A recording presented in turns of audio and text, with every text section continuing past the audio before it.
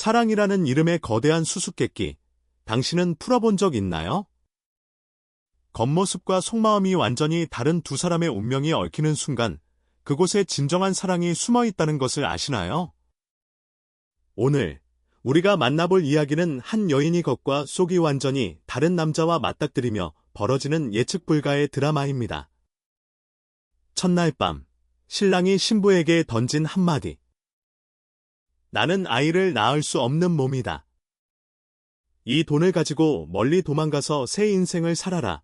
그리고 그는 눈이 부실 정도로 빛나는 금은 보화가 가득한 보따리를 내던집니다. 하지만 신부는 그 모든 재물을 밀어냈어요. 저는 이 집에 들어온 이상 귀신이 되어서도 나가지 않을 것입니다. 도대체 왜? 돈과 자유를 포기하고 고자로 소문난 늙은 남편의 곁에 남기로 한 이 여인의 선택 뒤에는 무엇이 있을까요? 그리고 정체를 숨기고 살아가는 그 남자의 진짜 얼굴은 무엇이었을까요? 밤마다 그의 몸에서 보이는 칼자국과 화상 자국, 그가 몰래 휘두르는 날렵한 검술, 그리고 그가 지키고 있는 엄청난 비밀 금고. 이 모든 것은 그가 결코 평범한 늙은 부자가 아니라는 증거입니다. 그는 왕을 호위하던 최고의 무관이었을까요? 아니면 국가적 비밀을 품고 있는 유배자였을까요?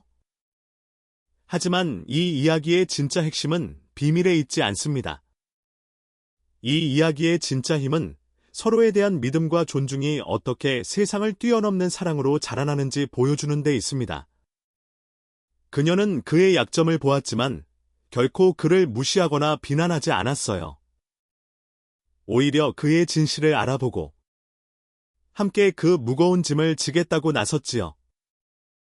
이것은 단순한 멜로드라마가 아닙니다. 가식과 거짓이 난무하는 세상 속에서 진실된 마음이 어떻게 서로를 발견하고 어떻게 함께 위기를 헤쳐나가며 어떻게 상처 깊은 두 영혼을 치유하는지에 대한 기록입니다. 나이, 신분, 세상의 편견을 뛰어넘은 이 특별한 동반자 관계는 우리에게 묻습니다. 사랑이란 정말 무엇인가? 하고요. 자, 그럼 이제 그들의 특별한 만남의 순간으로 여러분을 초대합니다. 첫눈에 비극으로 보였던 그 결혼식장에서부터 예상치 못한 반전이 숨겨진 신혼방, 그리고 그들을 노리는 음모와 위협 속에서 피어난 믿음의 이야기까지. 지금부터 시작되는 이 여정이 당신의 마음을 움직일 수 있을지 한번 지켜보시겠어요? 준비되셨다면 이야기의 문을 열어볼까요? 나는 아이를 낳을 수 없는 몸이다. 이 돈을 가지고 도망가서 새 인생을 살아라. 신혼 첫날 밤, 고자로 소문난 늙은 남편이 금은 보화가 가득 든 보따리를 던지며 차갑게 내뱉었답니다. 하지만 소연은 그 어마어마한 재물을 밀어내며 대답했지요. 저는 이 집에 들어온 이상 귀신이 되어서도 나가지 않을 것입니다. 돈 앞에서도 눈 하나 깜짝하지 않는 신부의 강단의 남편의 눈빛이 흔들렸답니다. 그런데 말이에요. 새벽녘 잠결에 본 남편의 몸에는 칼자국과 화살 흉터가 가득했어요. 과연 이 남자의 정체는 무엇이었을까요? 그리고 왜 천하의 만석군이 스스로를 고자라 숨기며 살았을까요? 옛날 옛적 어느 마을에 소연이라는 처녀가 살고 있었답니다. 부모님을 일찍 여의고 숙부 손에서 자란 소연은 꽃처럼 곱게 피어났지만 그 삶은 고단하기 그지없었지요. 그런데 소연의 숙부 박씨라는 자가 하는 짓이 참으로 한심했어요. 노름판에서 밤을 지새우며 있는 돈 없는 돈 죄다 탕진해 버렸거든요. 어느 날 빚쟁이들이 박씨의 멱살을 잡고 으르렀답니다. 야, 박씨, 오늘까지 돈 못 갚으면 내 대가리를 박살낼 줄 알아. 빚쟁이 우두머리가 박씨의 상투를 움켜쥐며 소리쳤어요. 박씨가 두 손을 싹싹 비비며 애걸했지요.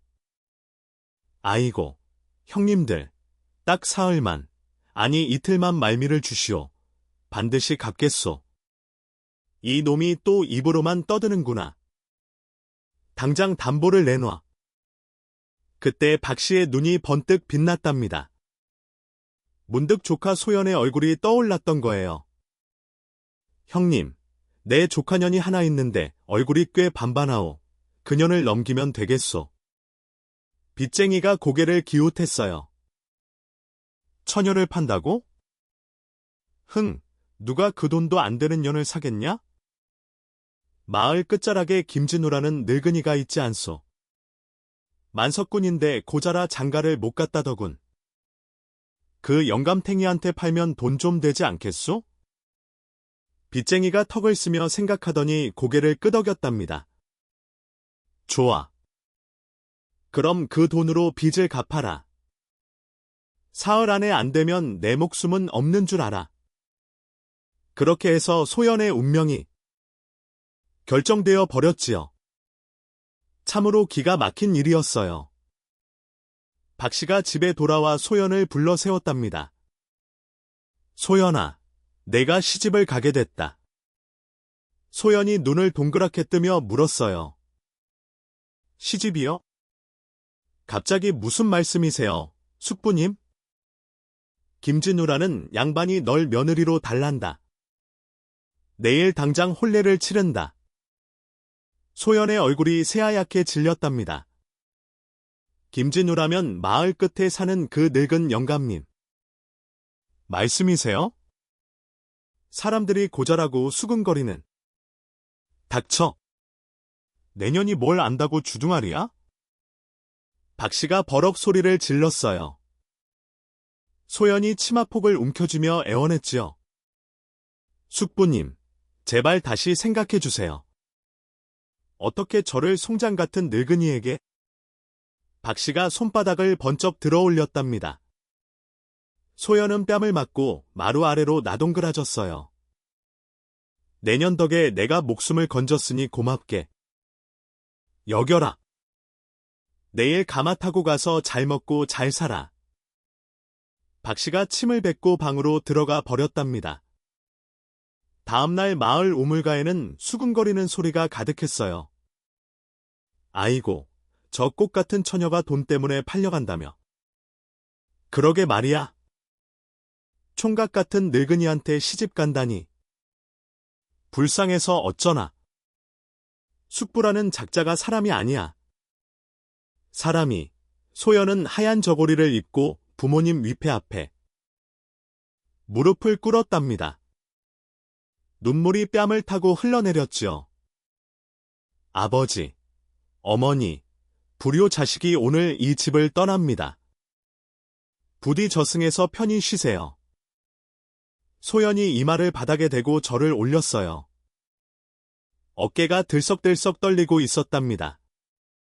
가마가 도착하자 소연은 고개를 푹 숙인 채 올라탔어요. 가마꾼들이 가마를 들어올리며 출발했지요. 김진우의 집은 마을 끝자락 대나무 숲으로 둘러싸인 음침한 곳에 있었답니다. 대낮인데도 사람의 발길이 끊겨 스산한 기운이 감돌았어요. 혼례청에 들어서 소연은 고개를 들어 신랑을 바라보았답니다. 그런데 이게 웬일이에요? 김진우라는 영감은 한쪽 다리를 심하게 절뚝거리며 나타났는데 눈에 초점이 없고 입가에는 침이 질질 흘러내리고 있었지요. 허, 신부가 왔구먼. 예쁘네, 예뻐. 김진우가 흐물흐물한 목소리로 중얼거렸어요. 영락없이 모자란 사람처럼 보였답니다. 하객들이 수근거렸지요. 저런 병신한테 저 처자가 시집을 오다니. 돈이면 다 되는 세상이야. 친. 박 씨가 김진우에게서 두둑한 돈주머니를 받아들이며 킥킥거렸어요. 대감님, 우리 소연 잘 부탁드리오. 아, 참, 한번 판 물건은 반품이 안 되는 거 아시지요? 소연은 모멸감에 입술을 깨물었답니다. 피가 배어 나오는 것도 모르고 말이에요. 밤이 깊어 신방에 들었지요. 소연은 방 한 구석에 쭈그리고 앉아 떨고 있었답니다. 그런데 이상한 일이 벌어졌어요. 낮에 그렇게 멍청해 보이던 김진우가 방문을 닫자마자 표정이 싹 바뀌었거든요. 굽었던 허리가 쭉 펴지고 흐리멍텅하던 눈빛이 매처럼 날카로워졌답니다. 김진우가 방문과 창문을 꼼꼼히 걸어 잠그며 낮은 목소리로 말했어요. 겁먹지 마라. 너를 해치려는 게 아니니까. 소연이 화들짝 놀라 눈을 떴지요. 대감님, 아까와 전혀 다르신데. 김진우가 대답 대신 장롱 깊숙한 곳을 뜯어냈답니다.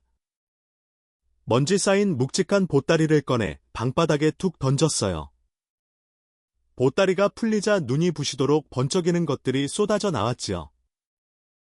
관인이 찍힌 금괴와 은전들이었답니다. 소연은 그 엄청난 재물에 숨이 턱 막혔어요. 이게 다 뭐예요? 김진우가 차갑게 말했답니다. 나는 아이를 낳을 수 없는 몸이다. 이 돈을 가지고 멀리 도망가거라. 신분을 세탁하고 새 인생을 살아. 소연이 멍하니 금괴를 바라보았어요. 잠시 마음이 흔들렸지요. 하지만 소연은 고개를 저었답니다. 지금 나가면 산짐승에게 물려 죽거나 도적대에게 잡힐 거예요. 아니면 독한 숙부가 저를 찾아내 죽일지도 모르고요. 소연이 보따리를 다시 묶어 윗목으로 밀어놓았어요.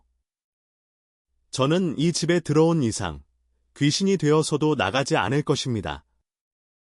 김진우가 눈을 가늘게 떴답니다.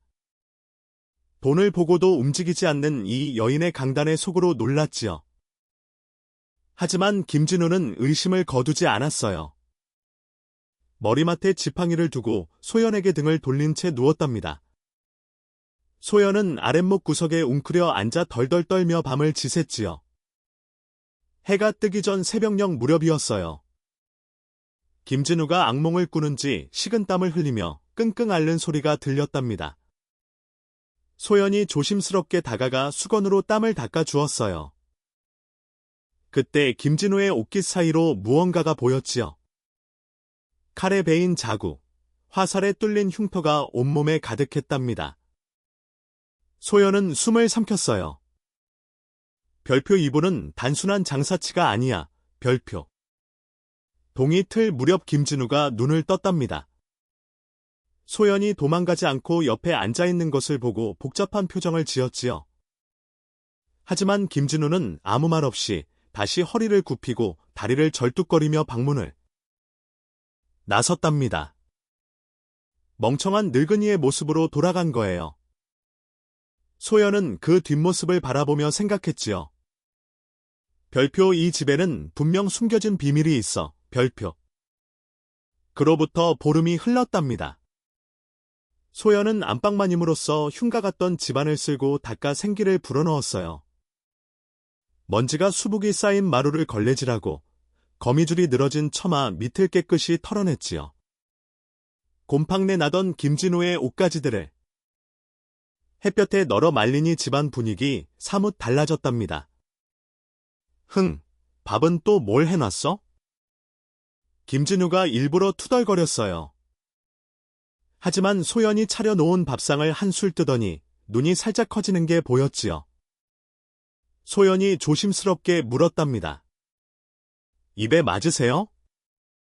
맞긴 뭐가 맞아? 간이 좀 싱거워. 김진우가 투덜대듯 했지만 밥 공기를 싹 비우고 국물까지 들이켰어요. 소연은 그 모습을 보며 살짝 미소를 지었지요. 며칠이 더 지나자 김진우는 반찬 투정도 하지 않게 되었답니다. 소연이 끓여주는 따뜻한 국물에 굳어있던 마음이 조금씩 녹아내리고 있었던 거예요. 그 무렵 마을 주막을 운영하는 뺑덕어멈이 김진우 집을 기웃거리기 시작했답니다. 아이고, 새덜이 늙은 것이 인사차 왔수다. 뺑덕어멈이 대문 앞에서 목청을 높였어요. 소연이 마당으로 나와 맞이했지요. 어머니, 어쩐 일이세요? 새덜아, 시집보름이 넘었는데 얼굴 한번 못 봤지 않수. 우리 동네 풍습이 그래요? 새덜 얼굴은 꼭 봐야 한다니까. 뺑덕어멈이 눈을 이리저리 굴리며 집안 구석구석을 살폈답니다. 호기심이 가득한 눈빛이었지요. 소연이 방으로 안내하며 물었어요. 차라도 한 잔 드릴까요? 아이고, 그러면 고맙지. 근데 새덜 살림이 참 야무지구먼? 이 집이 이렇게 깨끗해진 건 처음 보는 것 같아. 뺑덕어멈이 감탄하며 주위를 둘러보았답니다. 그나저나 새 영감님은 어떠셔? 밤에 별탈 없으시고? 뺑덕어멈이 은근 슬쩍 더 보았어요. 소연의 귀가 살짝 붉어졌지요. 네. 뭐, 그냥 그렇습니다. 그냥 그렇다니, 그게 무슨 말이요? 혹시 영감님이 진짜로 그거 아니요? 뺑덕어멈이 손가락으로 아래쪽을 가리키며 속삭였답니다. 소연이 얼굴을 붉히며 고개를 저었어요. 그런 건 여쭤보셔도 대답하기 곤란해요. 아이고, 새돌이 부끄러워하는 거 보소. 알았어. 알았어. 더 안 물을게. 뺑덕어멈이 킥킥 웃으며 차를 홀짝였지요. 그날 이후로도 뺑덕어멈은 틈만 나면 핑계를 대고 김진우 집을 찾아왔답니다. 소금이 떨어졌다느니? 된장 맛을 봐 달라느니 하면서 말이에요. 소연은 뺑덕어멈이 무언가를 염탐하러 온다는 걸 알았지만 내색하지 않고 친절하게 대했지요. 어느 날 아침이었어요. 소연이 빨래터에서 김진우의 속옷을 빨고 있었답니다. 어라, 이게 뭐지? 소연이 속옷을 들어올려 햇빛에 비춰 보았어요. 흙먼지와 함께 붉은 얼룩이 군데군데 묻어 있었지요. 별표, 이건 분명 핏자국인데. 별표. 소연의 눈이 가늘어졌답니다. 김진우가 밤마다 어딘가를 다녀온다는 의심이 피어올랐어요. 그날 밤, 소연은 잠을 청하는 척하며 눈을 가늘게 뜨고 김진우를 지켜보았지요. 한밤중이 되자 김진우가 살금살금 자리에서 일어났답니다. 그리고는 소리 없이 방문을 열고 밖으로 나갔어요. 소연이 조심스럽게 뒤를 밟았지요. 뒷마당 대나무 숲에서 이상한 소리가 들려왔답니다. 죽순을 가르는 소리였어요. 소연이 대나무 사이로 몰래 들여다 보았지요. 그리고는 입을 틀어 막았답니다. 달빛 아래 김진우가 서 있었어요. 낮에 보던 굽은 늙은이가 아니었지요. 허리를 꼿꼿이 세운 김진우가 지팡이를 검처럼 휘두르고 있었답니다. 그 움직임이 어찌나 날렵하던지 맹수가 사냥감을 덮치는 것 같았어요.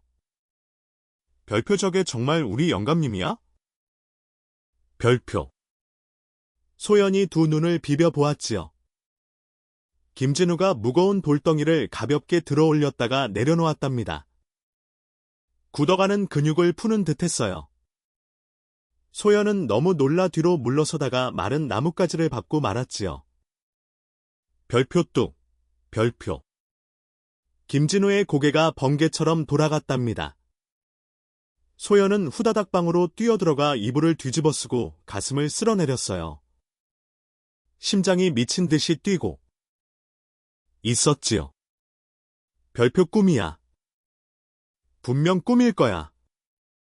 내가 헛것을 본 게 틀림없어. 별표.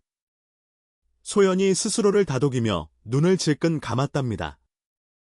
며칠 뒤 해가 중천에 떠 있을 무렵이었어요. 대문 밖에서 고함 소리가 들려왔지요. 야, 이 집에 사람 없어? 쾅쾅. 누군가가 대문을 발로 걷어차고 있었답니다. 소연이 황급히 마당으로 뛰어나갔어요. 술에 취한 박씨가 대문을 두들기며 행패를 부리고 있었지요. 숙부님, 여긴 어쩐 일이세요? 소연이 대문을 열며 소리쳤답니다. 박씨가 비틀거리며 마당으로 들어섰어요. 술 냄새가 코를 찌를 듯했지요. 어쩐 일이긴 뭔 일이야. 돈 내놔. 돈. 돈이라니요? 무슨 돈 말씀이세요? 이 집에 돈이 널렸다며? 만석군 집인데 돈이 없을 리가 있어. 박 씨가 소연의 팔을 거칠게 잡아답니다. 그때 김진우가 절뚝거리며 나타났어요. 멍청한 표정을 한 채 입가에 침을 흘리면서 말이지요. 아이고, 장인 어른 오셨구먼. 오셨어? 뭐야? 이 영감탱이가? 박 씨가 김진우를 노려보았답니다. 내 조카를 데려가서 뭘 해쳐 먹는 거야? 주제. 박 씨가 손바닥을 치켜들었어요. 김진우의 뺨을 때리려는 거였지요. 안 돼요. 소연이 달려들어 막아섰답니다. 별표 철서. 별표. 소연의 뺨에 손바닥이 떨어졌어요. 인제 왜 맞고 나서? 박 씨가 이를 갈며 으르렁거렸지요. 김진우의 눈빛이 순간 차갑게 빛났답니다. 하지만 곧 다시 멍청한 표정으로 돌아갔어요. 장인 어른, 제발 때리지 마시오. 아이고, 무서워라. 김진우가 비죽거리며 박 씨의 바지 가랑이를 잡았답니다. 애원하는 것처럼 보였지요. 그런데 그 순간이었어요. 김진우의 손가락이 박 씨의 무릎 뒤쪽을 은밀하게 눌렀답니다. 아! 박 씨가 갑자기 비명을 질렀어요. 다리에 쥐가 난 듯 마비가 오더니 그 자리에서 풀썩 쓰러졌지요. 아이고, 내 다리가 왜 이래? 박 씨가 땅바닥을 뒹굴며 울부짖었답니다. 김진우가 눈을 동그랗게 뜨며 고개를 갸웃거렸어요. 아이고, 장인 어른, 술을 너무 드셔서 그러신 게 아니여. 닥쳐, 이 병신아. 아파 죽겠네. 박 씨가 기어서 대문 밖으로 빠져나갔답니다. 자기가 왜 넘어졌는지도 모른 채 말이에요. 소연이 대문을 닫으며 안도의 한숨을 내쉬었지요. 영감님, 괜찮으세요? 소연이 김진우의 얼굴을 살폈답니다. 아까 박 씨가 휘두른 손길의 뺨이 살짝 붉어져 있었어요. 괜찮다. 별것도 아닌데. 김진우가 투덜대듯 했지요. 소연의 눈에 눈물이 그렁그렁 맺혔답니다. 영감님께서 그렇게 모욕을 당하시면서도 저 때문에 참으신 거죠. 무슨 소리야? 난 그냥 겁이 나서 빌빌댄 것뿐이야. 김진우가 고개를 돌렸어요. 하지만 소연은 알았답니다. 남편이 자신을 지키기 위해 치욕을 감내했다는 것을 말이에요. 영감님. 소연이 손수건을 꺼내 김진우의 붉어진 뺨을 조심스럽게 눌러 주었지요. 뭐 하는 거야? 김진우가 움찔하며 피하려 했답니다. 가만히 계세요. 부었단 말이에요. 소연이 다정하게 말하며 계속 뺨을 어루만졌지요. 김진우의 굳은 표정이 조금씩 풀렸답니다. 이 여인의 진심 어린 손길에 마음의 벽이 허물어지는 것 같았어요. 그날 밤이었지요. 두 사람은 한 이불을 덮고 나란히 누웠답니다. 소연이 조심스럽게 입을 열었어요. 영감님, 저는 알아요. 뭘 안다는 거야? 영감님이 평범한 분이 아니라는 거요. 김진우가 몸을 굳혔다. 소연이 말을 이었지요. 빨래에서 핏자국을 봤어요.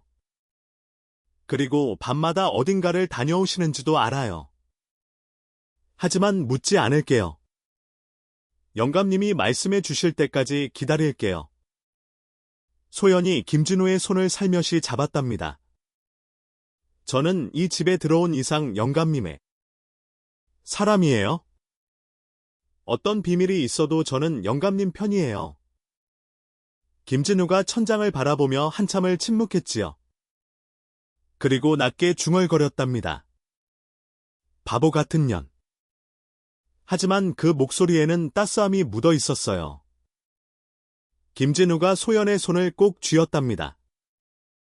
말하지 않아도 통하는 무언가가 두 사람 사이에 흐르고 있었지요. 소연은 남편의 거친 손바닥에서 전해지는 온기를 느끼며 눈을 감았습니다. 그 순간 소연은 깨달았어요. 별표, 이 사람을 믿어도 되겠구나. 이 사람은 나를 지켜줄 사람이구나. 별표. 창밖으로 반달이 두 사람을 내려다보고 있었답니다. 썰렁하던 신방에 따뜻한 온기가 감돌기 시작했지요. 계절이 바뀌어 찬바람이 불기 시작할 무렵이었답니다.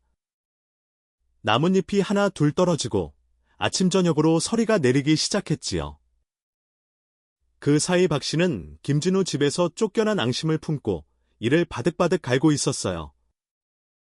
그 영감탱이한테 당하다니 분하다, 분해. 박 씨가 주막에서 술을 퍼마시며 투덜거렸답니다. 그때 옆자리에 앉아있던 사내가 귀를 쫑긋 세웠어요. 관아의 이방이었지요. 박 씨, 무슨 좋은 수라도 있어? 이방이 능글맞은 웃음을 지으며 다가왔답니다. 박 씨가 눈을 번뜩이며 이방을 쳐다보았어요. 이방, 날이 잘 됐소. 사실 그 김진우란 늙은이 집에 돈이 산더미처럼 쌓여 있다오. 어허, 그게 정말이요? 이방의 눈이 탐욕으로 빛났지요. 박 씨가 목소리를 낮추며 속삭였답니다. 그뿐이 아니요. 내가 보기에 그 돈이 예사돈이 아닌 것 같소. 혹시 역적의 자금이 아닐까 싶소이다. 역적의 자금이라. 이방이 무릎을 쳤어요. 그렇다면 관아에서 압수해야 마땅하지 않겠소? 박 씨가 고개를 끄덕이며 킥킥거렸답니다. 그러니까 마님께서 좀 도와주시면 그 돈을 나눠 가질 수 있지 않겠소? 이방이 턱을 쓰며 생각에 잠겼지요. 하지만 관아에서 공식적으로 움직이면 윗선에 보고해야 하고, 그러면 우리 몫이 줄어들겠군. 그러면 어쩌면 좋겠소? 불량 배들을 보내서 몰래 털어오는 게 낫겠소. 밤에 슬쩍 들어가서 돈만 챙겨오면 누가 알겠소? 박 씨가 손을 쳤답니다. 역시 이방나리, 머리가 좋으시오. 두 사람은 머리를 맞대고 흉계를 꾸몄어요. 죄 없는 사람을 해치려는 못된 짓이었지요. 며칠 뒤, 김진우가 장터에 나갔답니다.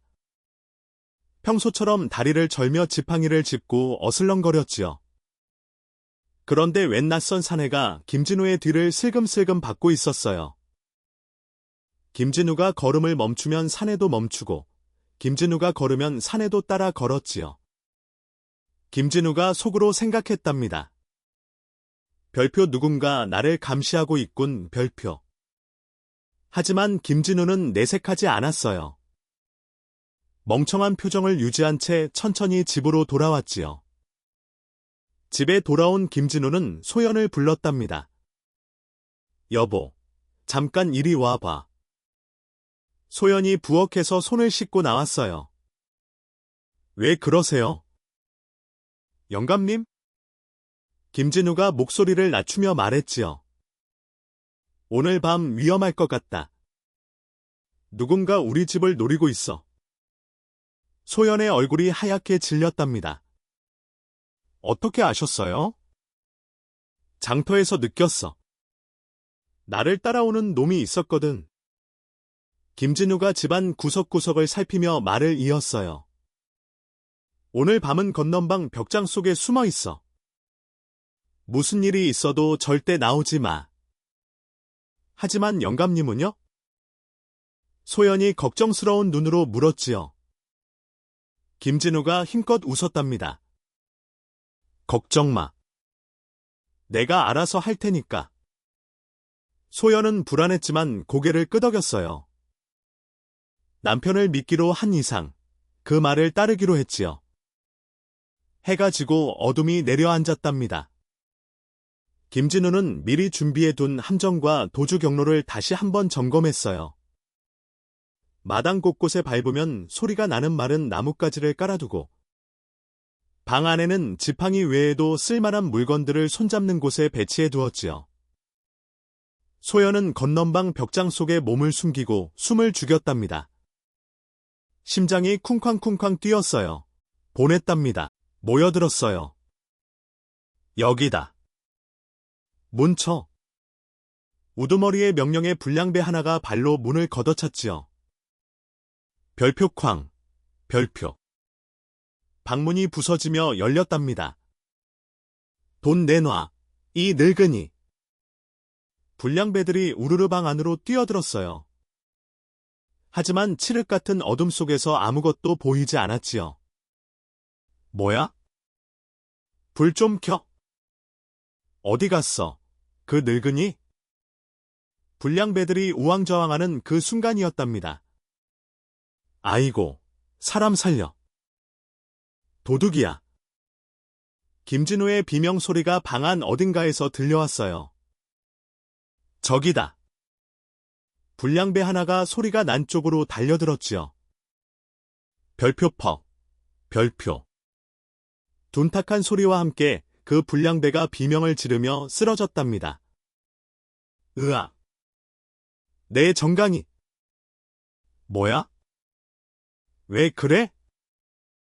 다른 불량배가 동료에게 다가가려는 순간 어둠 속에서 무언가가 날아왔어요. 별표 퍽. 퍽. 별표. 으악. 불량배 둘이 연달아 쓰러졌지요. 김진우가 지팡이를 휘두르며 놈들의 급소를 정확하게 가격하고 있었답니다. 하지만 어둠 속이라 불량배들은 공격이 어디서 날아오는지 전혀 알 수 없었어요.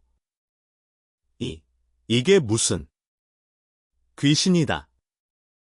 불량배 하나가 공포에 질려 소리쳤지요. 아이고, 무서워라. 제발 살려주시오. 김진우가 일부러 겁에 질린 목소리로 외치며 방 안을 휘저었답니다. 그 사이 김진우의 지팡이는 어둠 속에서 춤을 추듯 움직였어요. 놈들의 무릎, 팔꿈치, 목덜미를 정확하게 가격했지요. 도망쳐. 우두머리가 소리쳤답니다. 불량배들이 허겁지겁 도망치려 했지만 이미 절반 이상이 바닥에 나동그라져 있었어요. 김진우가 마지막 남은 우두머리의 뒷덜미를 낚아챘지요. 어딜 도망가려고. 차갑게 내뱉는 그 목소리에 우두머리가 몸을 부르르 떨었답니다. 자, 살려주시오. 우리는 시킨 대로 했을 뿐이요. 누가 시켰지? 이방 나리가요. 박실한 자와 짜고 우리를 보냈소. 김진우의 눈이 차갑게 빛났어요. 그래, 잘 알았다. 별표 퍽. 별표. 우두머리의 목덜미에 손날이 떨어지고 그대로 기절해 버렸답니다. 김진우가 기절한 불량배들을 하나씩 끌어 짐짝처럼 묶었어요. 그리고는 대문 밖에 내다 버렸지요. 집 안으로 돌아온 김진우는 흐트러진 머리와 옷매무새를 다듬었답니다. 방 안에 요강을 일부러 엎어놓고 이불을 마구 흐트러뜨려 겁에 질려 난동을 피운 것처럼 현장을 꾸몄어요. 별표 이 정도면 되겠군 별표. 김진우가 만족스러운 표정을 지었지요. 그때 벽장에서 작은 소리가 들렸답니다. 영감님, 끝난 거예요? 소연의 떨리는 목소리였어요. 김진우가 건넌방으로 가서 벽장 문을 열었지요. 소연이 새하얗게 질린 얼굴로 웅크리고 있었답니다. 괜찮아. 다 끝났어. 김진우가 손을 내밀었어요. 소연이 그 손을 잡고 벽장에서 나왔지요. 온몸이 사시나무 떨듯 떨리고 있었답니다. 무슨 소리가 그렇게 나서. 겁이 나 죽는 줄 알았어요. 걱정 끼쳐서 미안해. 김진우가 소연을 품에 안았어요. 소연이 김진우의 가슴에 얼굴을 묻으며 떨었지요. 정말 무서웠어요. 영감님한테 무슨 일이 생기면 어쩌나 싶어서. 바보 같은 년, 내가 그 꼬라지 것들한테 당할 줄 알아? 김진우가 소연의 머리를 쓰다듬으며 말했답니다. 소연이 고개를 들어 방 안을 둘러보았어요. 그런데 바닥에 부러진 칼 조각이 떨어져 있는 게 보였지요. 저건 소연이 칼 조각을 집어들었답니다. 분명 불량배들이 들고 왔던 칼의 일부였어요. 소연이 멀쩡한 김진우의 모습과 부러진 칼 조각을 번갈아 보았지요. 영감님, 설마. 김진우가 아무 말 없이 소연을 바라보았답니다. 소연의 눈에서 눈물이 주르륵 흘러내렸어요. 영감님이 저를 구해주신 거죠. 혼자서 그 많은 놈들을. 김진우가 고개를 끄덕였지요. 소연이 김진우의 손을 꼭 잡았답니다. 고마워요, 영감님. 정말 고마워요. 고맙긴 뭐가 고마워? 내 마누라를 내가 지키는 게 당연한 거지. 김진우가 투덜대듯 말했지만 소연을 아는 팔에 힘이 들어갔어요. 날이 밝아 깨어난 불량배들이 비틀거리며 이방에게 돌아갔답니다. 이방 나리, 그 집에 무서운 게 있어. 우두머리가 사시나무 떨듯 떨며 보고했지요. 무서운 게 뭐야? 귀신인지 숨겨둔 경호원인지 모르겠는데 어둠 속에서 우리를 다 때려 눕혔소. 이방이 인상을 찌푸렸답니다. 그 늙은이가 직접 한 건 아니고? 천만에요. 그 영감탱이는 무서워서 비명만 질러댔소. 분명 다른 누군가가 있었소. 이방이 턱을 쓰며 생각에 잠겼지요. 호위 무사를 숨겨두고 있었나? 어쨌든 그 늙은이가 직접 한 건 아니겠군. 이방은 김진우가 직접 싸웠다고는 꿈에도 생각하지 못했답니다. 그저 운 좋은 늙은이라고만 여겼지요. 박씨도 그 소식을 듣고 분통을 터뜨렸어요. 에이, 못난 놈들. 그것도 못하고. 하지만 박씨 역시 김진우의 정체에 대해서는 전혀 의심하지 않았답니다. 김진우는 창문 너머로 밝아오는 아침 해를 바라보며 중얼거렸지요. 별표 아직은 때가 아니야. 조금만 더 기다리자, 별표. 불량배들이 물러간 뒤로 며칠이 지났답니다. 김진우는 깊은 생각에 잠겨 있었어요. 소연이 이미 많은 것을 눈치챘다는 걸 알고 있었지요. 더 이상 숨기는 것이 오히려 위험할 수도 있겠다 싶었답니다. 어느 날 저녁, 김진우가 소연을 안방으로 불렀어요. 여보, 잠깐 앉아봐. 소연이 조심스럽게 자리에 앉았지요. 남편의 표정이 평소와 달리 진지했거든요. 김진우가 방문을 닫고 소연 앞에 무릎을 꿇었답니다. 영감님, 왜 그러세요? 소연이 화들짝 놀라 일으키려 했어요. 잠깐만. 할 말이 있어. 김진우가 소연의 손을 잡으며 말했지요. 그동안 너한테 거짓말을 많이 했어. 이제 다 털어놓으려고 해. 소연이 숨을 삼키며 고개를 끄덕였답니다. 김진우가 천천히 입을 열었어요. 나는 원래 선대왕을 모시던 내금이 장교였어. 내금이 장교요? 소연의 눈이 휘둥그레졌지요. 그래. 왕의 곁에서 목숨을 걸고 호위하는 무관이었지. 그런데 간신들의 모함에 빠져 역적 누명을 썼어. 김진우의 목소리가 낮게 가라앉았답니다. 함께했던 동료들이 모두 죽임을 당했어. 나만 겨우 목숨을 건졌지. 소연이 손으로 입을 막으며 들었어요. 그때 동료들이 목숨보다 소중히 여기던 군자금이 있었어. 언젠가 누명을 벗고 나라를 위해 써야 할 의로운 돈이었지. 그럼 첫날 밤에 보여주셨던 그 금괴가. 그래. 그게 바로 그 돈이야. 김진우가 고개를 끄덕였지요. 나는 그 돈을 지키기 위해 숨어 살아야 했어. 적들의 눈을 피하려고 고자 행세를 하고 흉내를 냈던 거야. 소연의 눈에서 눈물이 흘러내렸답니다. 그렇게 힘드셨구나. 혼자서 그 무거운 짐을 지고. 첫날 밤에 너한테 돈을 주며 도망가라고 한 것도 사실은. 김진우가 말을 멈추고 한숨을 쉬었어요. 죄 없는 너를 이 위험한 삶에 끌어들이기 싫었어. 그래서 차라리 도망가서 새 인생을 살라고 한 거야. 소연이 고개를 저으며 김진우의 손을 꼭 잡았지요. 저는 안 갔잖아요. 그리고 앞으로도 안 갈 거예요. 알아. 네가 그날 도망가지 않았을 때 솔직히 놀랐어. 김진우가 쓸쓸하게 웃었답니다. 그 많은 돈을 보고도 움직이지 않는 년이 있을 줄은 몰랐거든. 돈보다 사람이 중요한 거 아니겠어요? 소연이 눈물을 훔치며 말했어요. 김진우가 소연의 두 손을 꼭 쥐었지요. 여보, 이제 내 정체를 아는 사람은 이 세상에서 너 하나뿐이야. 그러니까 부탁이 있어. 생사를 함께할 동지가 되어줘. 소연이 잠시 말없이 김진우를 바라보았답니다. 그리고는 환하게 웃으며 대답했어요. 제 목숨이 다하는 날까지 영감님을 따르겠습니다. 김진우의 눈가가 촉촉해졌지요. 평생 혼자서 짊어지던 짐을 함께 나눌 사람이 생긴 거였어요. 고맙다, 여보.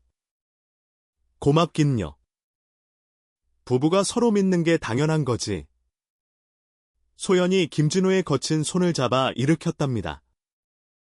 두 사람이 마주 보고 섰어요. 촛불이 흔들리며 두 사람의 그림자를 벽에 드리웠지요. 김진우가 소연의 얼굴을 가만히 들여다 보았답니다.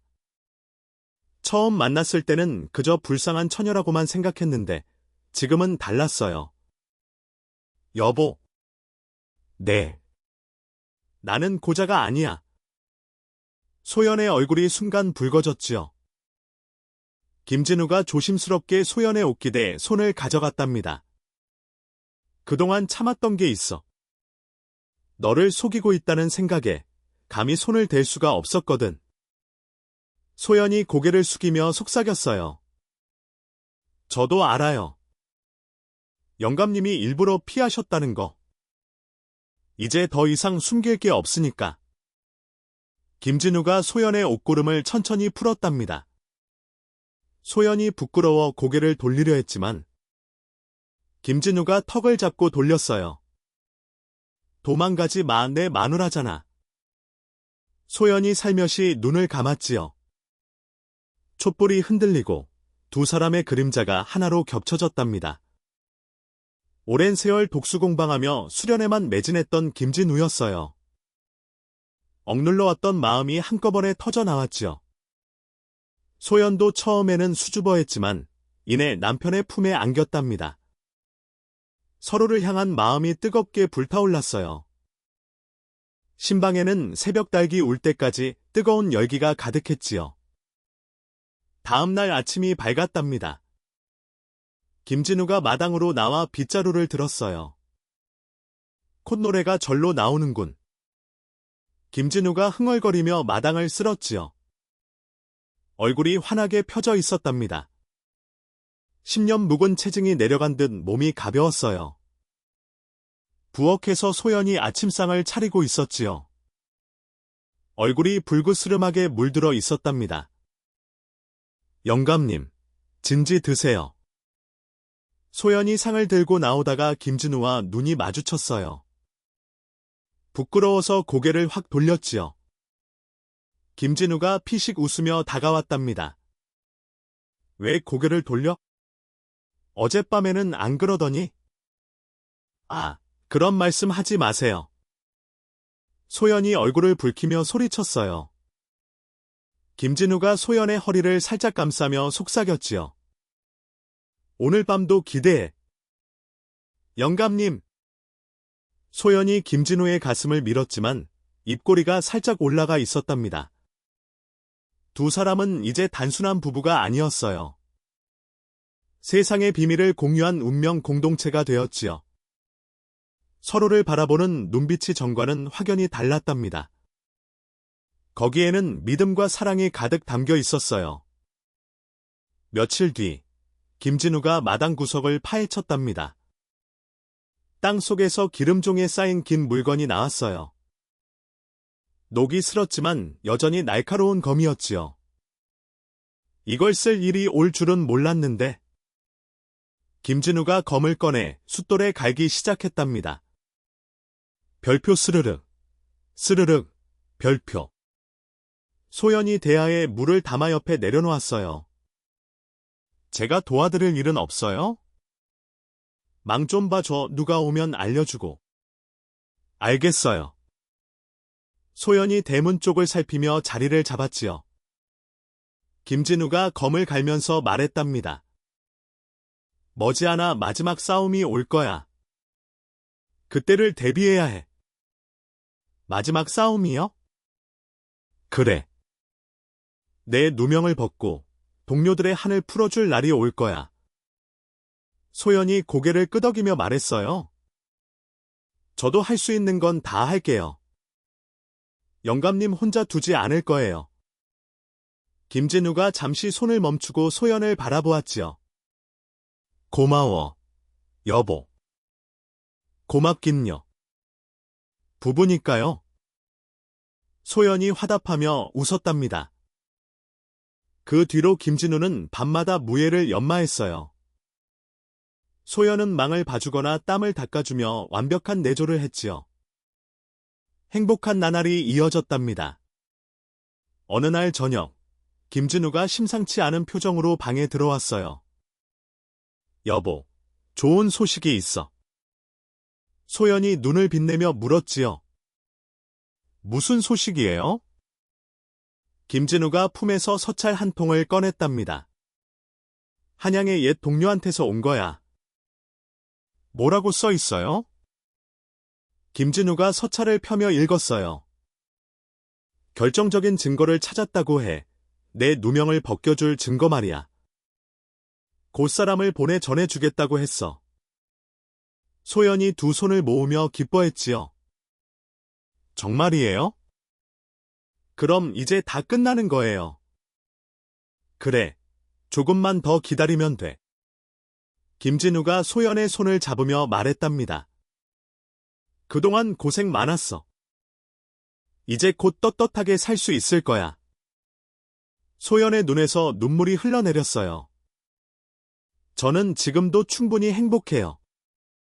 영감님 곁에 있는 것만으로도요. 김진우가 소연을 품에 안았지요. 나도 그래. 내가 있어서 여기까지 버틸 수 있었어.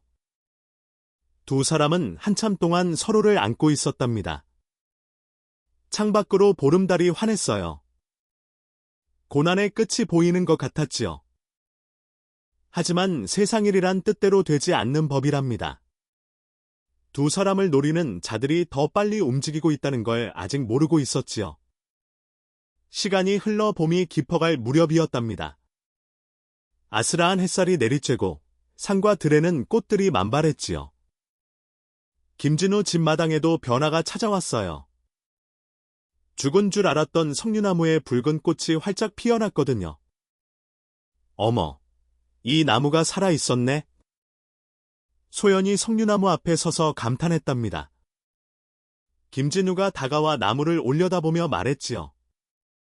이 나무는 내가 이 집에 처음 왔을 때 심은 거야. 10년 넘게 꽃 한 송이 피운 적이 없었는데. 그런데 올해 갑자기 이렇게 꽃이 피다니 신기해요. 소연이 붉은 꽃잎을 손끝으로 어루만졌어요. 좋은 징조겠지. 김진우가 고개를 끄덕이며 미소 지었답니다. 그럴 거야. 분명 좋은 일이 생길 거야. 그 무렵, 소연은 밤마다 이상한 꿈을 꾸었어요. 커다란 황금빛 용이 하늘에서 내려와 소연의 치마폭으로 들어오는 꿈이었지요. 또 그 꿈을 꿨어요. 소연이 아침에 일어나 김진우에게 말했답니다. 용꿈도 났어요.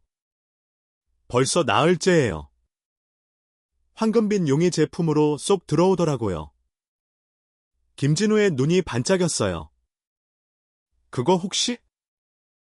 하지만 김진우는 말을 아꼈지요. 아직 확실하지 않은 일이니까요. 며칠 뒤 아침이었답니다. 소연이 아침상을 차리다가 갑자기 생선 냄새에 헛구역질을 했어요. 소연이 입을 막고 부엌 밖으로 뛰쳐나갔지요. 김진우가 황급히 따라 나왔답니다. 여보, 괜찮아. 소연이 담장에 기대어 숨을 몰아쉬었어요. 모르겠어요. 갑자기 속이 뒤집히더라고요. 어디 아픈 거 아니야? 의원을 불러야겠어. 김진우가 걱정스러운 눈으로 소연을 살폈지요. 얼마 뒤 마을 의원이 찾아왔답니다. 백발이 성성한 노인이었어요. 의원이 소연의 손목에 손가락을 대고 맥을 짚었지요. 의원이 고개를 끄덕이더니 수염을 쓸며 말했답니다. 축하드리요. 부인께서 아이를 가지셨소. 뭐라고요? 소연이 눈을 동그랗게 떴어요. 아이라니요? 정말이에요. 틀림없소. 석 달쯤 된 것 같구려. 김진우가 그 자리에서 벌떡 일어났답니다. 얼굴에 기쁨이 가득 번졌지요. 아이라니? 내 아이가 생겼다고? 김진우가 소연의 손을 덥석 잡았어요. 여보, 들었어? 우리 아이야. 소연의 눈에서 눈물이 주르륵 흘러내렸답니다. 영감님, 정말이래요? 우리 아기가 생겼대요. 두 사람이 서로 얼싸안고 기뻐했지요. 의원이 흐뭇하게 웃으며 말했답니다. 저 태희신이 몸조리 잘하시오. 입덧이 심할 테니 기름진 음식은 피하시고요. 김진우가 의원에게 푸짐한 사례비를 건넸어요. 고맙소, 의원 어른. 그런데 한 가지 부탁이 있어. 무엇이요? 김진우가 목소리를 낮추며 말했지요. 이 일을 아무한테도 말하지 말아주시오. 제발요. 의원이 고개를 갸우뚱거렸답니다. 아이가 생긴 건 경사인데 왜 숨기려 하시오? 사정이 있어. 부탁이요. 김진우가 간곡하게 말했어요. 의원이 고개를 끄덕였지요. 알겠소. 내 입은 무덤이요. 의원이 돌아가고 나서 김진우가 한숨을 내쉬었답니다. 휴. 다행이다. 소연이 걱정스러운 눈으로 물었어요. 왜 숨기려고 하세요? 아이가 생긴 건 좋은 일인데. 여보, 생각해봐온 마을 사람들이 나를 뭐라고 알고 있어? 소연이 순간 아차 싶었지요. 고자. 그래, 고자인 내 집에서 아이가 생겼다고 소문이 나면 어떻게 되겠어? 소연의 얼굴이 새파랗게 질렸답니다. 사람들이 제가 바람을 피웠다고 생각하겠네요. 그렇지. 그러니까 당분간은 비밀로 해야 해. 김진우가 소연의 손을 꼭 잡으며 말했어요. 한양에서 소식이 오면 모든 게 해결될 거야. 그때까지만 참자. 소연이 고개를 끄덕였지요. 알겠어요. 영감님. 하지만 세상에 비밀이란 게 어디 있겠어요? 의원 어른이 그날 저녁 주막에 들렀답니다. 막걸리 몇 사발을 마시니 입이 근질근질해졌지요. 그건 비밀인데. 의원이 혼잣말처럼 중얼거렸어요. 주모 뺑덕어멈이 귀를 쫑긋 세웠답니다. 뭐가 비밀이라고요? 의원 어른, 아유. 아무것도 아니야. 의원이 손을 내저섰지만 뺑덕어멈이 놓칠 리 없었지요. 에이, 저한테만 살짝 알려주세요. 절대 다른 사람한테 안 말할게요. 뺑덕어멈이 막걸리를 한 사발 더 따라주며 꼬셨답니다. 의원이 술기운에 입이 풀렸어요. 사실은 말이야. 김진우 대감 집에 아이가 생겼어. 네? 뺑덕어멈의 눈이 휘둥그레졌지요. 김진우 대감 집이라면 그 고자 영감집 말이에요? 목소리 낮춰. 그렇다니까. 의원이 손가락을 입에 대며 말했답니다. 그런데 비밀로 해달라고 신신당부를 하더라고. 그러니까 너도 아무한테도 말하면 안 돼. 그럼요. 제가 어떻게 그런 걸 떠벌리겠어요? 뺑덕어멈이 연신 고개를 끄덕였지요. 하지만 의원이 나가자마자 뺑덕어멈의 입이 방정맞게 열렸답니다. 아니, 이 동네 사람들 들어봐요. 김진우 영감집에 애가 생겼대요. 주막에 있던 사람들이 일제히 돌아보았어요. 뭐라고? 그 고자 영감집에? 말도 안 돼. 시가 없는데 어떻게 애가 생겨? 사람들이 웅성웅성 떠들기 시작했지요. 그럼 뭐야? 그 젊은 마누라가 바람을 피운 거야? 틀림없어. 시도둑질을 한 게지. 소문은 삽시간에 온 마을에 퍼져 나갔답니다. 박 씨가 주막에서 이 이야기를 들었어요. 술잔을 탁 내려놓으며 무릎을 쳤지요. 이거야말로 하늘이 준 기회다. 박 씨의 눈이 탐욕으로 번들거렸답니다. 이방나리 어디 있어? 박 씨가 허둥지둥 이방을 찾아갔어요. 이방이 귀찮은 듯 눈을 지그시 떴지요. 또 뭐야? 좋은 소식이요. 김진우 영감집에 아이가 생겼다는데 그게 간통한 증거 아니겠소? 이방의 눈이 반짝 빛났답니다. 그래. 내 조카년이 간통을 저질렀으니 관아로 잡아들여야 하지 않겠소? 박 씨가 능글맞게 웃으며 말했어요. 그리고 성공하면 김진우 영감 재산을 반씩 나누기로 하셨지. 이방이 턱을 쓰며 생각에 잠겼지요. 이번에는 확실한 명분이 있으니 관아에서 공식적으로 움직일 수 있겠군. 그렇지요? 이번에야말로 그 영감탱이를 끝장낼 수 있어. 두 사람이 머리를 맞대고 흉계를 꾸몄답니다. 그 무렵 김진우는 한양에서 온 비밀 전령을 만났어요. 대감, 오래 기다리셨습니다. 전령이 허리를 숙이며 말했지요. 소식은 어떻게 됐느냐? 김진우가 급하게 물었답니다. 왕의 밀서와 복권 교지가 준비되었습니다. 며칠 내로 암행어사가 직접 가지고 내려올 것입니다. 김진우의 얼굴에 희색이 돌았어요. 그래. 드디어. 조금만 더 버티십시오. 대감. 곧 모든 것이 해결될 것입니다. 전령이 사라지고 나서 김진우가 소연에게 달려갔답니다. 여보, 좋은 소식이야. 소연이 눈을 빛내며 물었지요. 무슨 소식이에요? 며칠 내로 암행어사가 온대. 내 누명을 벗겨줄 교지를 가지고 말이야. 소연이 두 손을 모으며 기뻐했어요. 정말이에요? 그럼 이제 다 끝나는 거예요. 그래, 조금만 더 참으면 돼.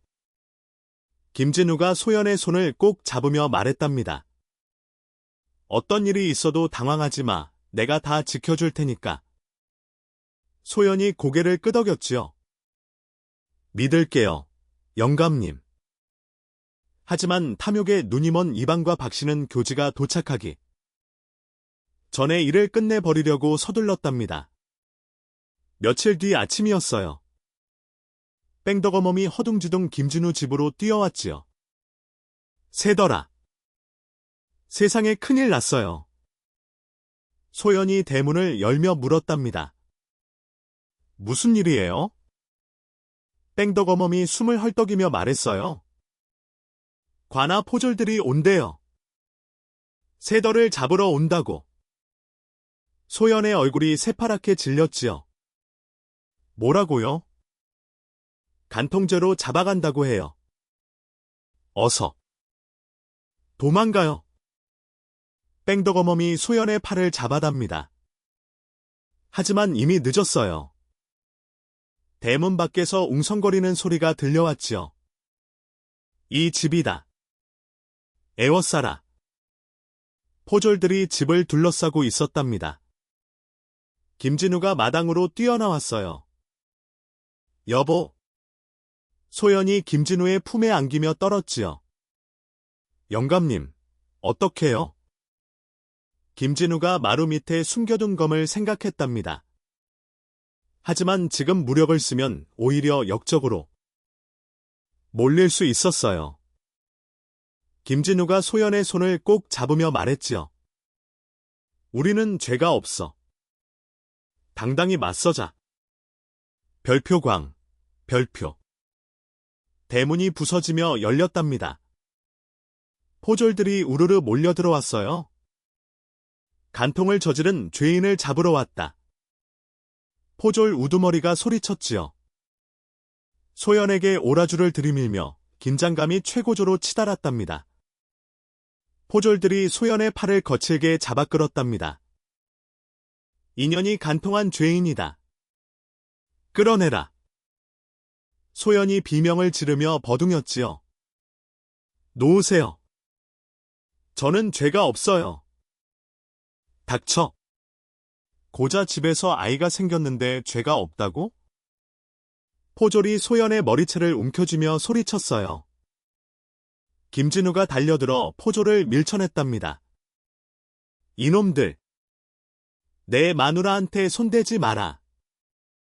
그러자 다른 포졸들이 몽둥이를 들고 김진우를 에워쌌지요. 이 늙은이가 관아 포졸을 밀치다니? 너도 끌어가라.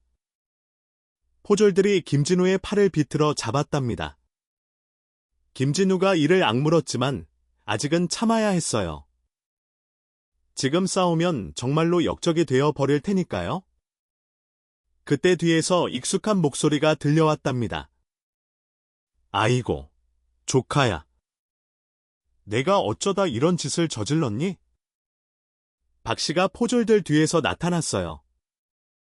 입꼬리가 실룩거리며 웃음을 참고 있었지요. 숙부님. 소연이 눈을 부릅뜨며 외쳤답니다. 이게 다 숙부님이 꾸민 짓이죠. 뭔 소리야? 내가 바람을 피워놓고 나한테 뒤집어 씌우려고? 박씨가 능청스럽게 손사래를 쳤어요. 우리 가문의 수치다. 저런 년을 당장 관아로 끌어가라. 박씨가 구경꾼들을 향해 소리쳤지요. 마을 사람들이 웅성웅성 모여들었답니다. 저런. 젊은 년이 별짓을 다 하네. 고자 영감 불쌍하게 됐구먼. 사람들이 수근거렸어요. 소연이 억울함에 눈물을 흘리며 외쳤지요. 저는 바람 안 피웠어요. 이 아이는 우리 영감님 아이예요. 뻔뻔하기도 하지. 고자가 어떻게 아이를 만들어? 박씨가 비웃으며 말했답니다. 끌어가. 어서 끌어가라고. 포졸들이 소연과 김진우에게 오라주를 씌웠어요. 두 사람은 묶인 채 관아로 끌려갔지요. 길가에 나온 마을 사람들이 손가락질을 하며 욕설을 퍼부었답니다. 음탕한 년. 창피한 줄 알아라.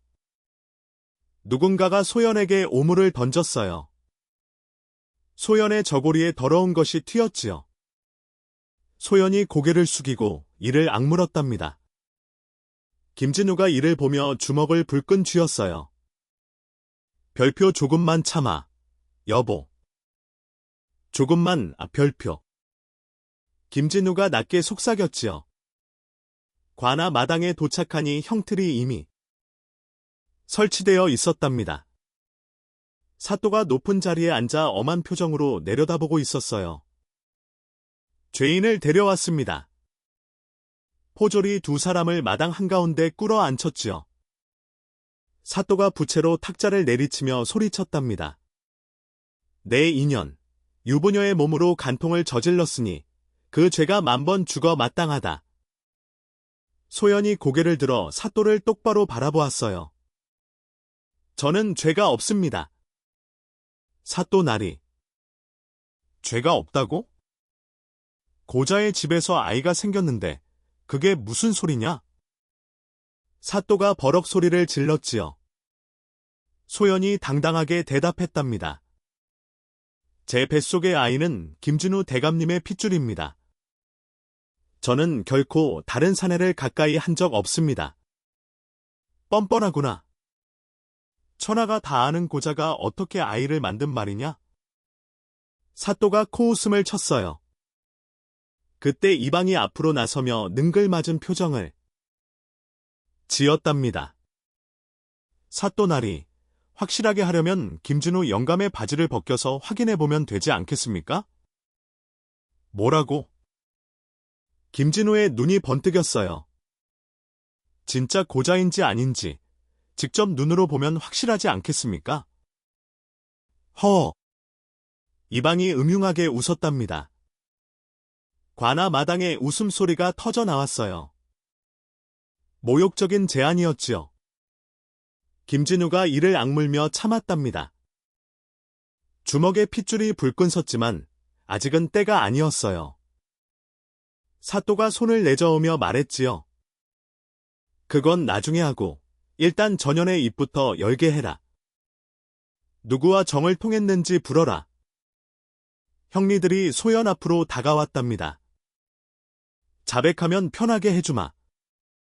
상대가 누구냐? 저는 간통하지 않았습니다. 아무리 물어봐도 대답은 같습니다. 소연이 고개를 저으며 외쳤어요. 사또가 인상을 찌푸리며 명령했지요. 전연이 끝까지 입을 열지 않으니 주리를 틀어라. 이에 형리들이 소연의 다리 사이에 몽둥이를 끼우려 했답니다. 소연이 눈을 질끈 감으며 비명을 질렀어요. 으아! 멈춰라! 김진우가 버럭 소리를 질렀지요. 만삭의 몸에 주리를 틀면 아이가 다친다. 제발 그만둬라. 사또가 콧방귀를 뀌었답니다. 간통으로 생긴 아이가 뭐가 대수냐? 계속해라. 형리들이 다시 몽둥이를 끼우려 했어요. 소연이 고통에 몸을 뒤틀며 울부짖었지요. 안 돼. 제발. 김진우의 눈이 새빨갛게 충혈되었답니다. 묶인 팔에 힘이 들어가기 시작했어요. 그때 박씨가 소연의 귀에 대고 속삭였지요. 조카야, 괜히 버티지 말고 빨리 자백해. 그리고 김진우 영감 재산 포기하는. 각서에 지장만 찍으면 살려줄게. 소연이 고개를 돌려 박씨를 노려보았답니다. 숙부님, 사람이 어떻게 이럴 수 있어요? 전연이 끝까지. 박씨가 손을 치켜들었어요. 때려라. 전연이 정신을 못 차리니 때려서라도 자백을 받아내야지. 형리가 곤장을 들어올렸답니다. 소연이 눈을 질끈 감았지요. 별표 퍽. 별표. 곤장이 소연이 등을 내리쳤어요. 악. 소연이 비명을 지르며 앞으로 쓰러졌답니다. 별표 퍽. 퍽. 퍽. 별표. 곤장이 연달아 떨어졌지요. 소연의 입에서 신음이 새어나왔어요. 김진우의 눈에서 눈물이 흘러내렸답니다. 묶인 오라줄이 팽팽하게 당겨졌어요. 그만해. 제발 그만해. 김진우가 울부짖었지요. 내 마누라를 건드리면 너희들 모두 목숨을 부지하지 못할 것이다. 사또가 코웃음을 쳤답니다. 늙은이가 헛소리를 하는구나. 뭘 믿고 저런 허세를 부리는 거냐? 허세가 아니다. 김진우가 입을 열려는 순간 형리가 소연의 다리에 몽둥이를 끼웠어요. 으아! 소연의 처절한 비명이 관아 마당을 가득 채웠답니다. 그 순간이었지요. 별표 뚝, 별표. 이상한 소리가 들렸어요. 별표 뚜둑, 별표. 사람들이 고개를 돌려 소리가 난 쪽을 바라보았답니다. 김진우의 팔을 묶고 있던 두꺼운 오라줄이 끊어지고 있었어요. 핏줄이 붉어진 팔에서 무시무시한 힘이 뿜어져 나오고 있었지요. 별표 투둑, 별표. 오라줄이 완전히 끊어졌답니다. 뭐야? 포졸들이 기겁하며 뒤로 물러섰어요. 김진우가 천천히 일어섰지요. 굽었던 허리가 쭉 펴지고 흐리멍텅하던 눈빛이 매처럼 날카로워졌답니다. 감히 내 마누라를 건드려? 냉랭한 목소리였어요. 아까까지 흉내를 내던 늙은이와는 완전히 다른 사람 같았지요. 김진우가 순식간에 형리들에게 달려들었답니다. 주먹이 허공을 가르자 형리 둘이 나가 떨어졌어요. 크악! 형리들이 비명을 지르며 쓰러졌지요. 김진우가 소연의 다리에 끼워진 몽둥이를 뽑아냈답니다. 그리고 소연을 품에 안아 일으켰어요. 여보, 괜찮아. 영감님. 소연이 힘없이 김진우의 품에 기댔지요. 사또가 벌떡 일어나며 소리쳤답니다. 저놈이 미쳤다. 당장 저놈을 잡아라. 포졸들이 창을 들고 달려들었어요. 김진우가 소연을 조심스럽게 내려놓고 돌아섰지요. 덤벼라. 차갑게 내뱉는 그 한마디에 포졸들의 발이 멈춰버렸답니다. 관아 마당에 팽팽한 긴장감이 감돌았어요. 김진우가 부러진 형틀 나무 토막을 집어들었답니다. 그리고 포졸들을 향해 천천히 걸어갔지요. 물러서라. 물러서라고. 포졸 우두머리가 창을 겨누며 소리쳤어요. 하지만 목소리가 떨리고 있었답니다. 김진우가 힘껏 웃었지요. 겁이 나면 도망가라. 목숨만은 살려주마. 이놈이. 포졸 하나가 창을 들고 달려들었어요. 김진우가 나무 토막으로 창대를 쳐냈답니다. 창이 허공으로 튕겨나갔지요. 별표 퍽. 별표. 김진우의 손날이 포졸의 목덜미를 내리쳤어요. 포졸이 눈을 희번덕거리며 쓰러졌답니다. 다음은 누구냐? 김진우가 차갑게 물었지요. 포졸들이 서로 눈치를 보며 주춤거렸어요. 뭘 하느냐? 저놈 하나 잡지 못하고. 사또가 발을 동동 구르며 소리쳤답니다. 모두 한꺼번에 덤벼라. 저놈을 죽여라. 포졸들이 이를 악물고 우르르 달려들었지요.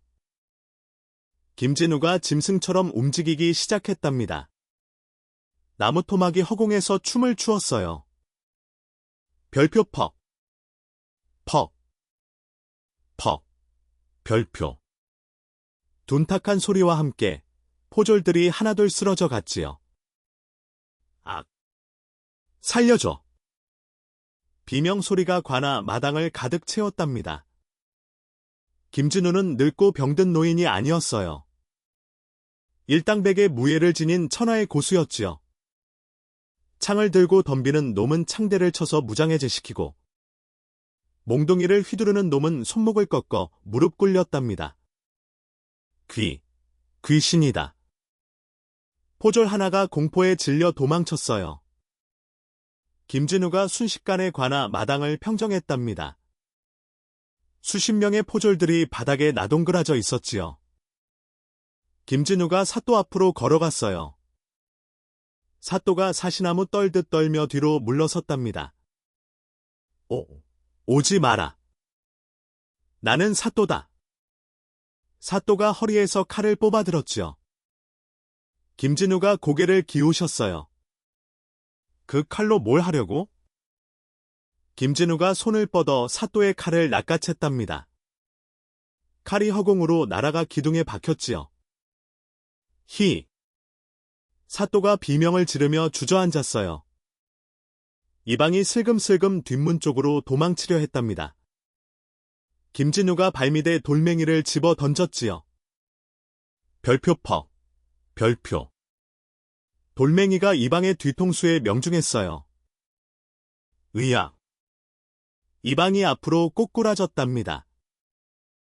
박씨는 이미 담장을 넘어 도망치고 있었지요. 하지만 마당에 있던 뺑덕어멈이 발을 쏙 내밀었답니다. 어이쿠. 박씨가 발에 걸려 나동그라졌어요. 이 인제 왜 발을 걸어? 에잇, 미안해요. 실수로 그랬네. 뺑덕어멈이 시침댔다며 말했지요. 포졸들이 박씨를 붙잡아 끌어왔답니다. 김진우가 사또의 멱살을 움켜쥐며 으르렁거렸어요. 죄 없는 내 마누라를 고문하고 만삭의 몸에 곤장을 치다니? 너 놈은 죽어 마땅하다. 살려주시오. 저는 시키는 대로 했을 뿐이요. 사또가 두 손을 싹싹 비비며 애걸했지요. 누가 시켰느냐? 이방과 박씨가 모든 걸 꾸몄소. 저는 몰랐소. 사또가 손가락으로 이방과 박씨를 가리켰답니다. 바로 그때였어요. 암행어사 출두야. 우렁찬 목소리가 관아 대문을 뚫고 들어왔지요. 사람들이 일제히 고개를 돌렸답니다. 대문이 활짝 열리며 역졸들이 우르르 쏟아져 들어왔어요. 그 선두에 어서와를 꽂은 젊은 관리가 서 있었지요. 성은이 망극하옵니다. 역졸들이 일제히 외쳤답니다. 암행어사가 관아 마당을 둘러보며 김진우에게 다가왔어요. 그리고는 정중히 허리를 숙였지요. 대감, 오래 기다리셨습니다. 어사가 직접 오다니 고생이 많았구나. 김진우가 고개를 끄덕이며 말했답니다. 암행어사가 품에서 두루마리를 꺼냈어요. 황금빛 비단에 쌓인 것이었지요. 왕께서 내리신 복권 교지와 내금이 장교 임명장입니다. 암행어사가 두루마리를 펼쳐 높이 들어 올렸습니다. 김진우는 선대왕을 모신 충신이었으나 간신들의 모함에 빠져 억울한 누명을 썼도다.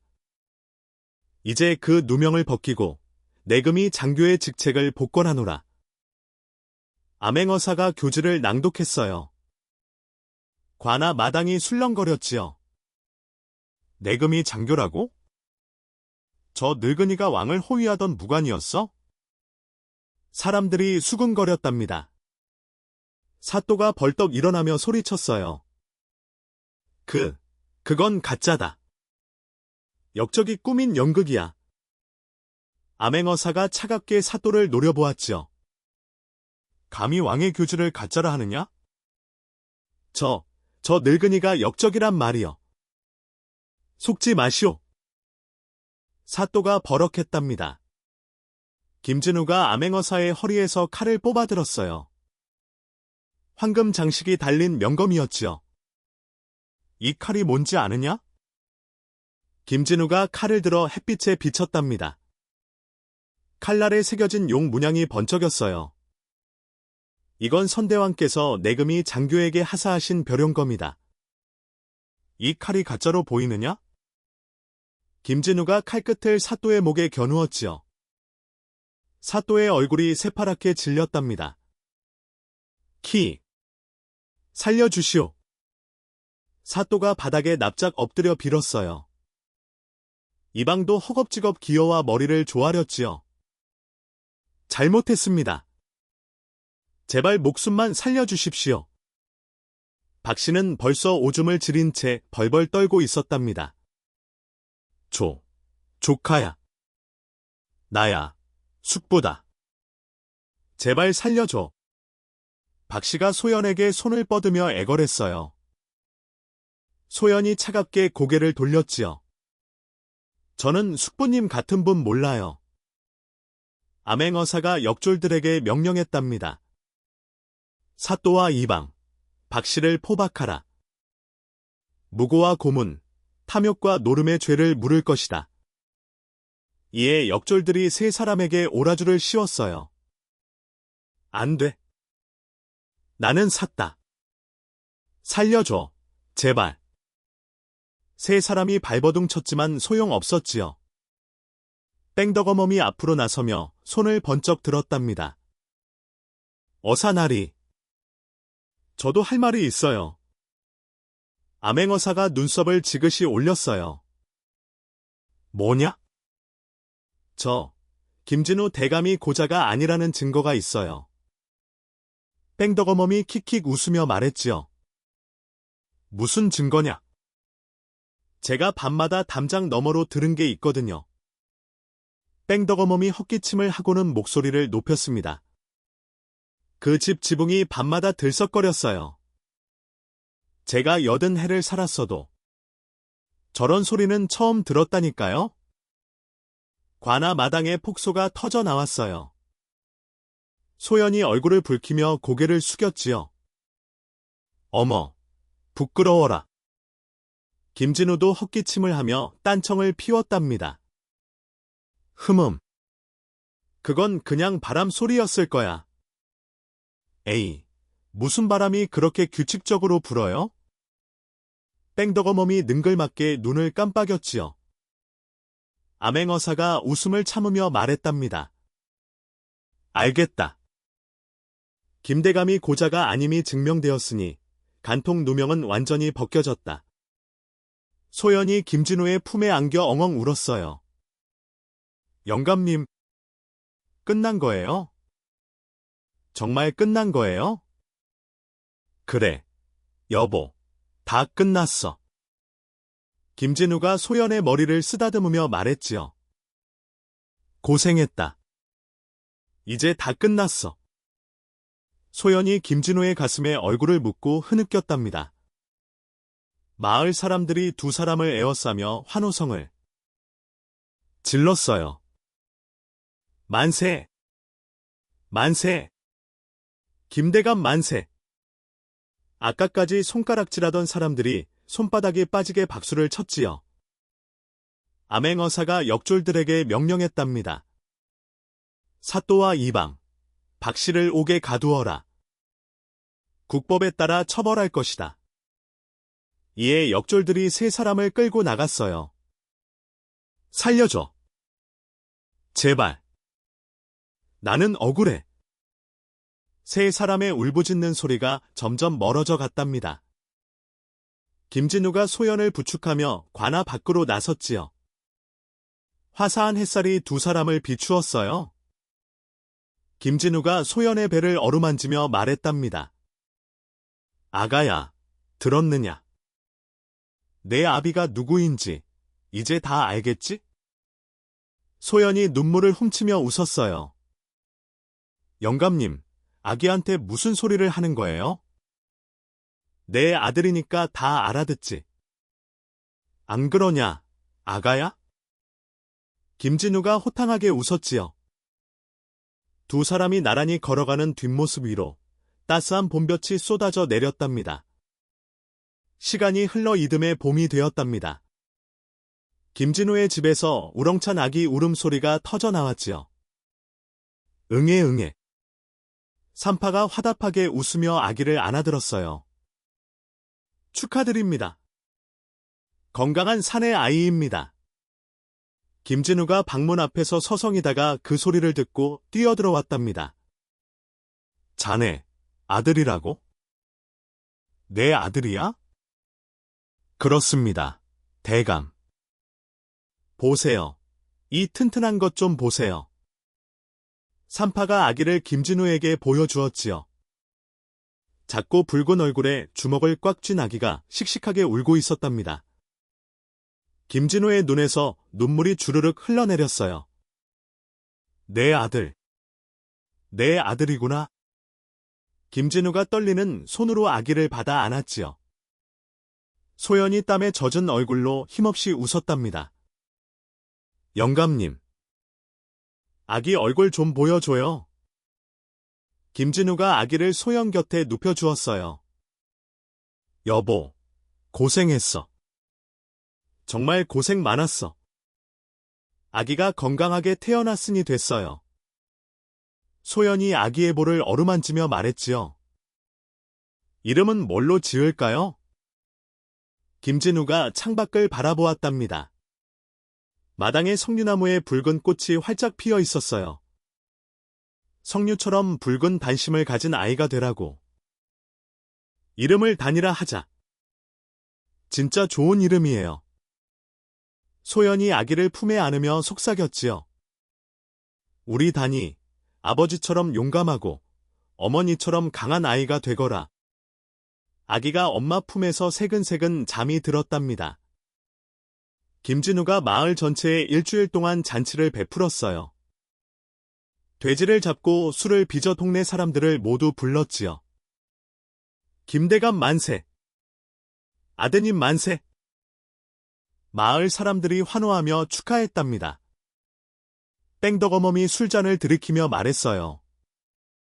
아이고, 이제 보니까 김대감이 멀쩡한 양반이었네. 내가 눈이 있어도 귀머거리였구먼? 눈이 있어도 귀머거리가 무슨 소리야? 장님이라고 해야지. 옆에 있던 사람이 웃으며 받아쳤지요. 에이, 그게 그 말이지. 뺑덕어멈이 껄껄 웃으며 술을 더 마셨답니다. 며칠 뒤, 박씨와 이방. 사또에 대한 소식이 들려왔어요. 들으셨어요? 그 새놈들이 유배지 가다가 산적을 만났대요. 뺑덕어멈이 허둥지둥 뛰어와 전했지요. 정말요? 소연이 눈을 동그랗게 떴답니다. 그래요. 오질한 옷은 다 털리고 거짓골이 되어서 유배지까지 걸어갔대요.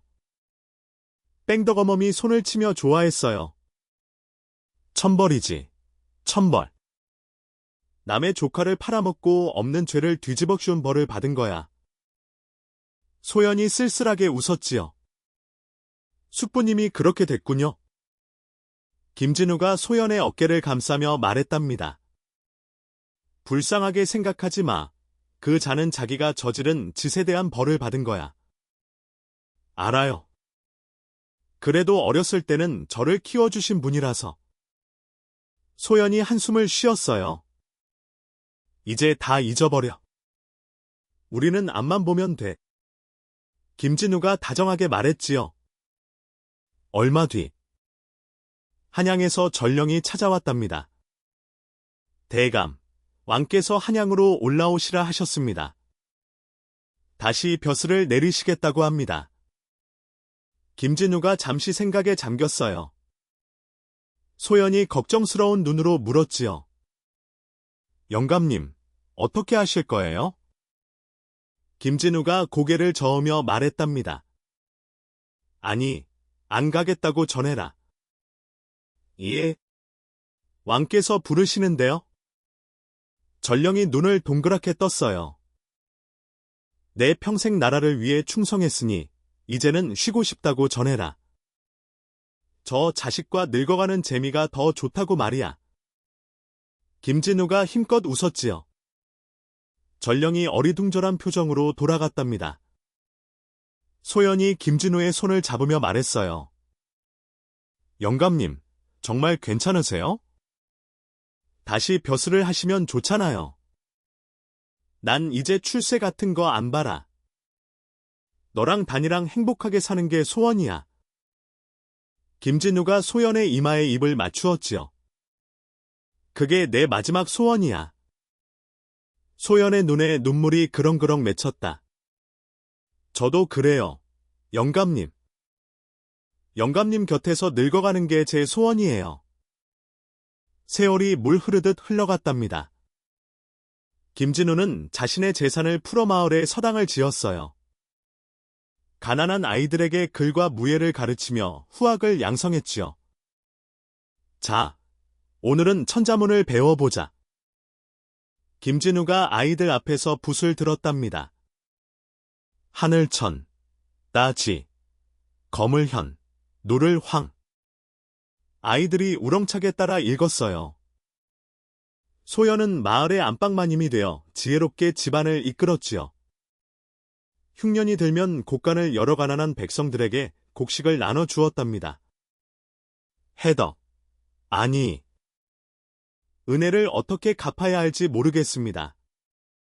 마을 사람들이 눈물을 흘리며 절을 했어요. 갚을 것 없어요. 이웃끼리 돕고 사는 게 당연한 거지요. 소연이 환하게 웃었답니다. 단이는 무럭무럭 자라 아버지를 쏙 빼닮은 청년이 되었답니다. 어깨가 떡 벌어지고 눈빛이 경쾌한 것이 김진우의 젊은 시절 그대로였어요.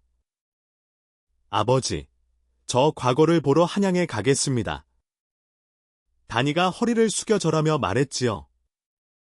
김진우가 아들의 어깨를 두드리며 말했답니다. 가거라. 하지만 명심해라. 벼슬보다 중요한 건 사람의 됨됨이다. 네, 아버지.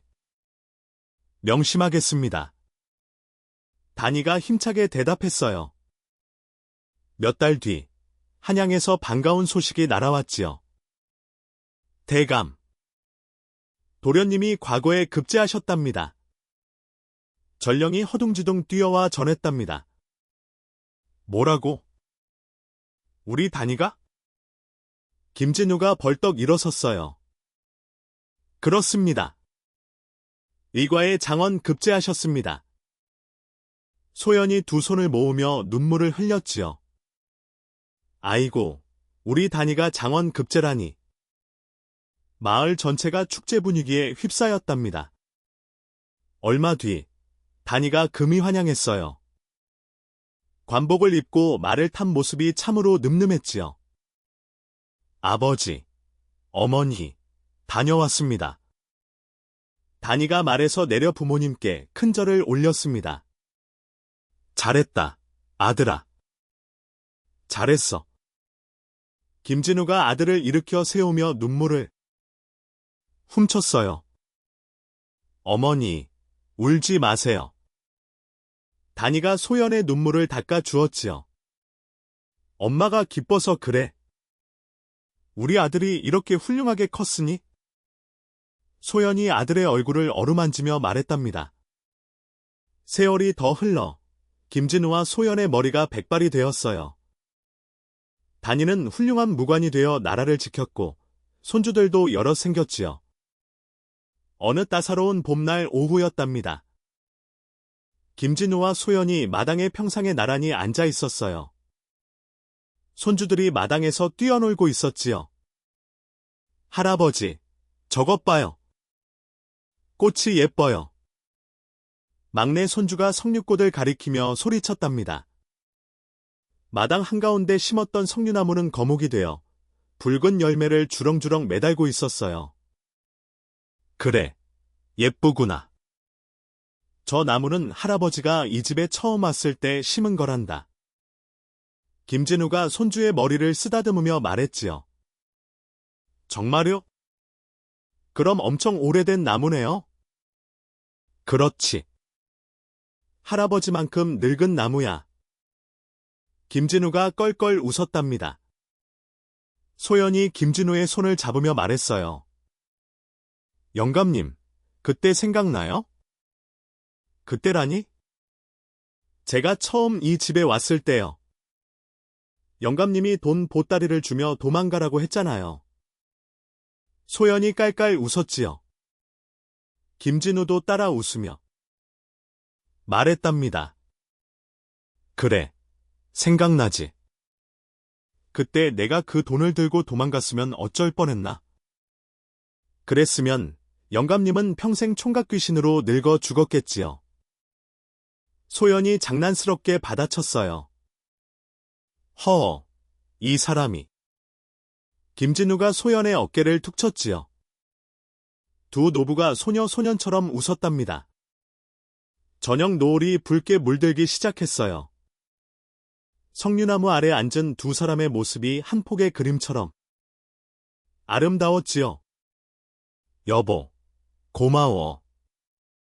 김진우가 소연의 주름진 손을 꼭 잡으며 말했답니다. 뭐가요? 평생 내 곁을 지켜줘서.